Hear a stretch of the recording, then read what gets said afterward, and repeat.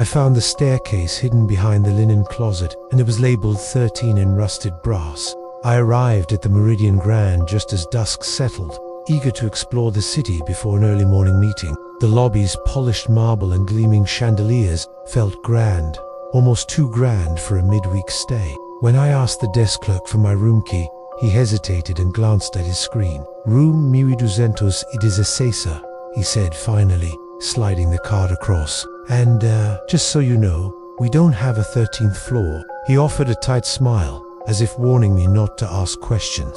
I laughed it off. Triskaidekaphobia, I reminded myself, was a silly superstition. But later that night, insomnia drove me to wander the empty hallways.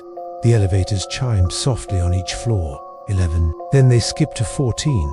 The absence of 13 niggled at my curiosity. Near 12's end, a service door labeled linen caught my eye. Its handle was tarnished, as if seldom turned.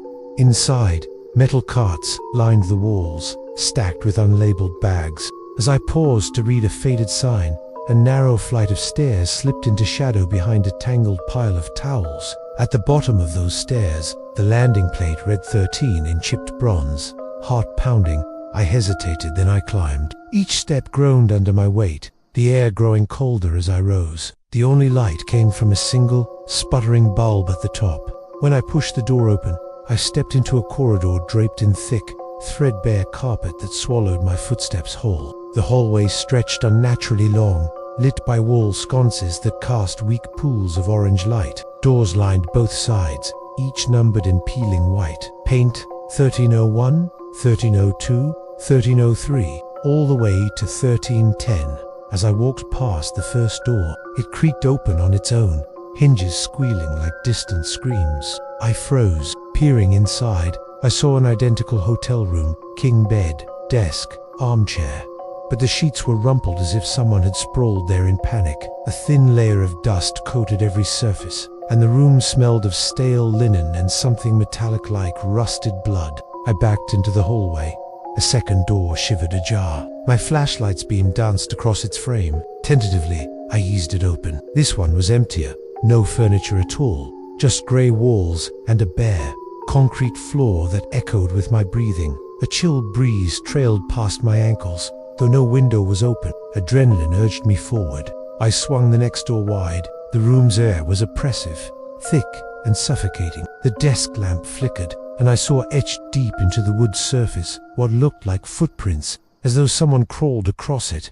My skin crawled. A sudden thud behind me made me spin around. The hallway light had dimmed further. The far end plunged into darkness. I swallowed hard. Rational thoughts fled as my pulse thundered in my ears. The door I'd just examined swung closed with a decisive clang. I stumbled backward, tripping over the carpet's warped edge. As I hit the floor, I caught a glimpse at the corridor's very end of something tall stepping into view. Just a shape, featureless, its outline wavering as if seen through heat haze. It paused, as if sensing my movement, and then began to glide toward me, each step silent. I scrambled to my feet and darted back down the corridor, passing rooms that slammed open and shut behind me like the hotel itself was alive and breathing.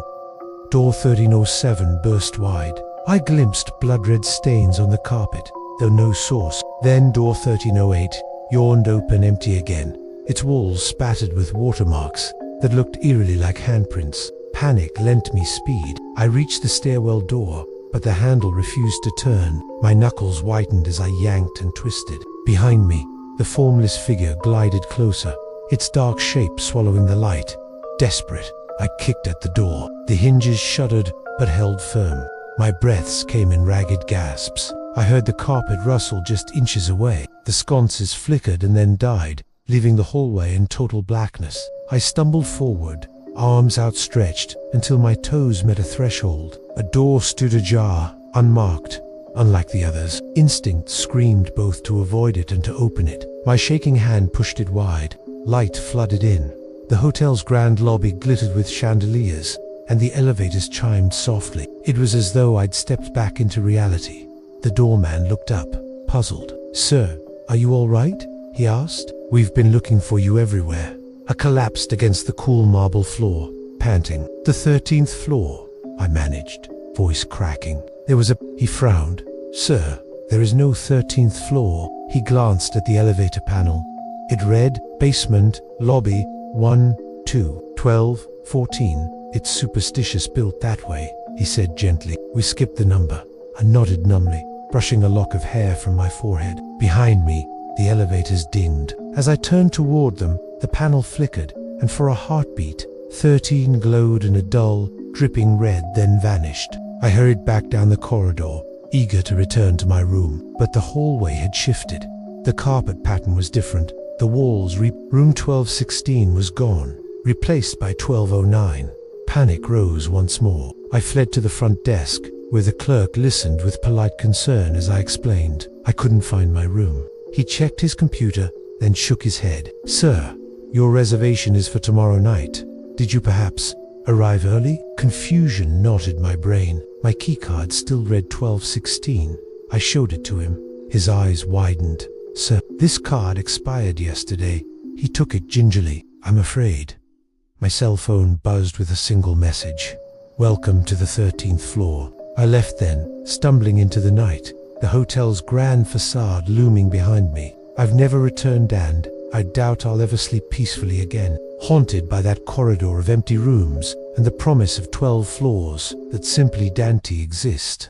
I saw something move under the door, but there shouldn't even be a door there. I arrived at the Draycott Hotel just after midnight, exhaustion twisting my limbs into lead. The lobby was lit by a single chandelier that flickered like a dying star, and the reception desk stood covered in a thin film of dust. The clerk, an older man with hollow eyes, handed me my key without a word and nodded toward the elevator. 6th floor, he said, voice barely above a whisper. Room 613. The elevator dinged like a warning bell as I pressed the button. Inside, the walls were stained, appealing burgundy, and the overhead light buzzed so loudly I could feel it rattling my teeth.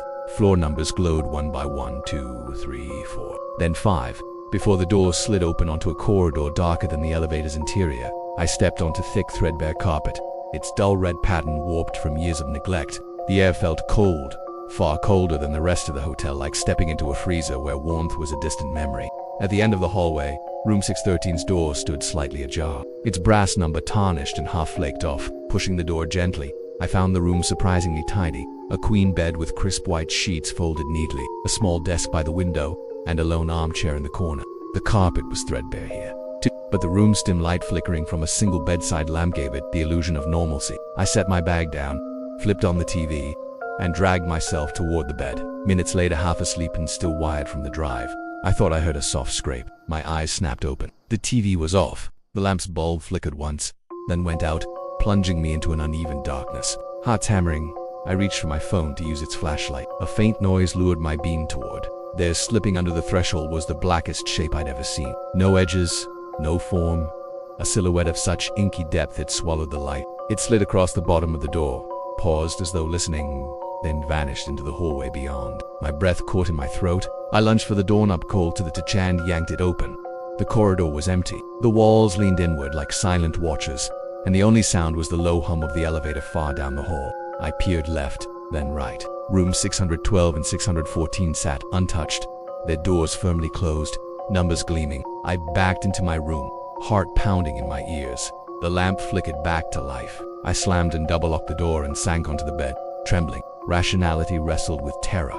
Maybe it was my mind playing tricks, exhaustion warping my senses. I needed proof. Phone in hand, I crept to the peephole and peered out. The hallway was still. No sign of movement, yet instinct screamed danger.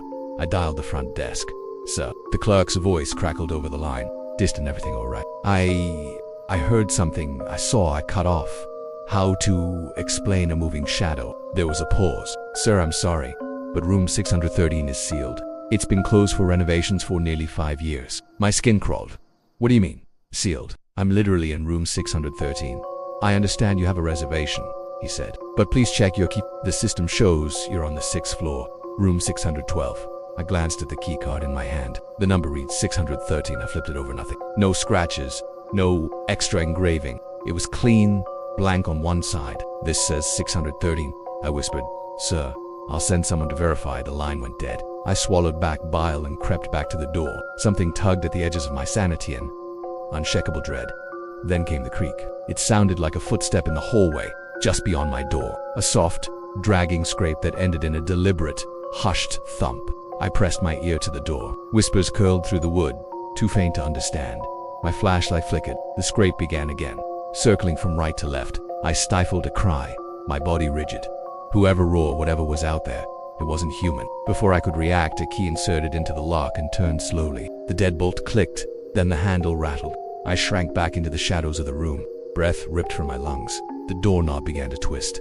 Then, suddenly, silence. I don't know how long I waited before the knockings, rhythmic taps that felt bone deep in their unrelenting persistence. Tap, tap, tap, each one echoing in my skull like a heartbeat.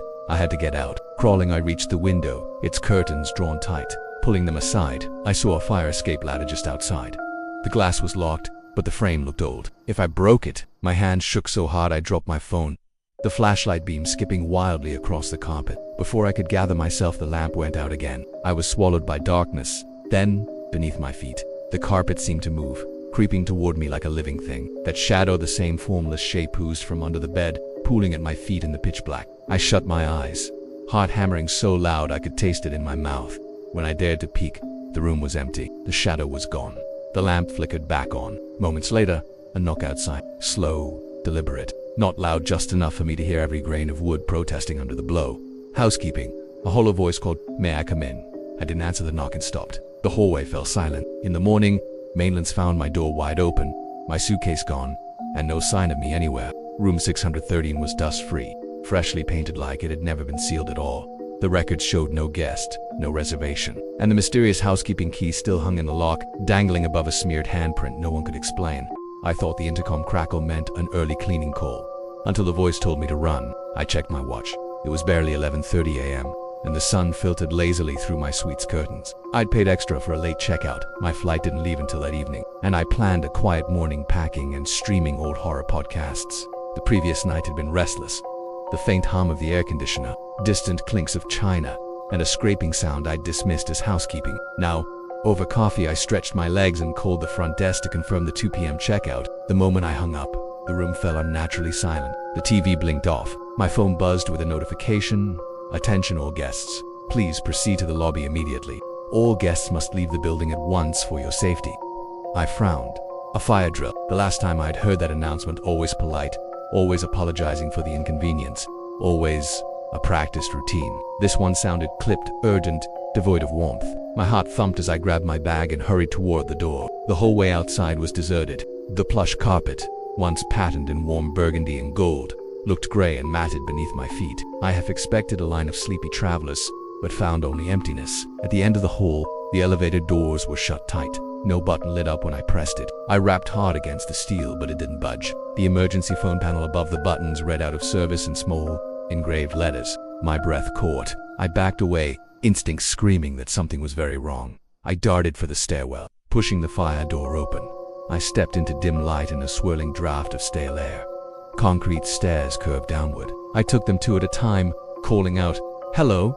My voice echoed back, hollow, no response. The air smelled of damp plaster and dust. By the time I reached the ground floor, I expected chaos, but instead found a ghost town. The ornate lobby, with its grand chandelier and marble pillars, was bathed in darkness. Only emergency lights glowed, casting long, jittery shadows. Chairs were overturned, a bellhop's cart lay on its side, and a half-finished cup of coffee steamed on the front desk. Not a soul in sight, no staff, no guests, no living thing. A flickering wall-mounted TV in the corner crackled to life, displaying the same announcement.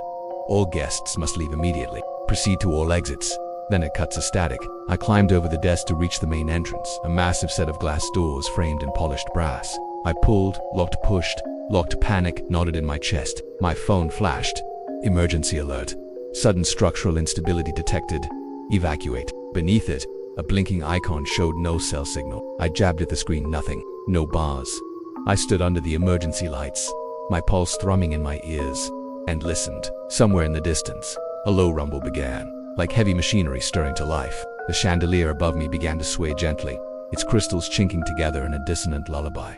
I had to find another way out. The lobby's side door, a smaller service exit, stood ajar, revealing a mesh security gate beyond. I slipped through the gap and pushed on the gate. It grated open, but a second barrier, a heavy latch, blocked my path. I yanked at it. It wouldn't budge, as though locked from the outside. Behind me, The rumble grew louder. I backed into a row of vision panels and realized, through the smudged glass, that the lobby's windows led to a courtyard. A sprawling maze of hedges and fountains lay beyond, bathed in gray morning light.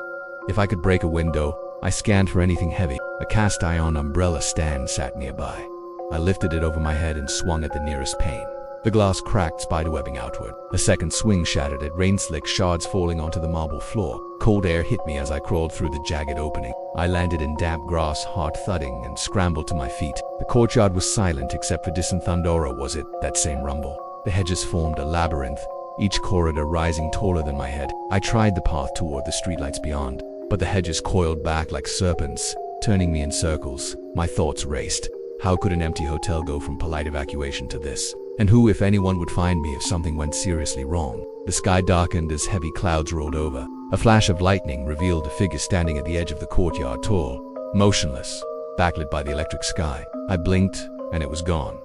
Fear turned my legs to jelly. I fled, zigzagging through the maze, branches clawing at my jacket. Every turn looked the same, every shadow another possibility. Finally, I burst through an archway into a fountain courtyard. The water churned as if stirred by an unseen hand. I leaped onto its stone rim, desperate to jump over the giant iron gates beyond. My fingers brushed cold metal, but as I hoisted myself up, I heard a soft click behind me, the courtyard gate snapping shut. I whirled around. The fountain's water stilled. The hedges swayed, though there was no breeze. And at the far end of the courtyard, on a slick cobblestone path, I saw footprints, bare footprints leading straight toward me. They left no marks on the grass but pressed deep into the stone, blackened as if burned, and each step glowed faintly in the gloom. My lungs burned as I sprinted back, but the path stretched impossibly long. The footprints advanced, slow but relentless. Behind me, the rumble became a roar. The final decision came unbidden. I had to face it. I skidded to a stop, hands shaking, and turned. There, emerging from the hedge, was the figure, no face, just a dark silhouette pulsing at the edges like embers dying in a fire. A hush fell, heavier than weight itself. My scream caught in my throat as the creature extended a hand and pointed back toward the hotel. I didn't hesitate. I turned and ran toward the service gate where I'd tried to escape. My fingers fumbled the latch.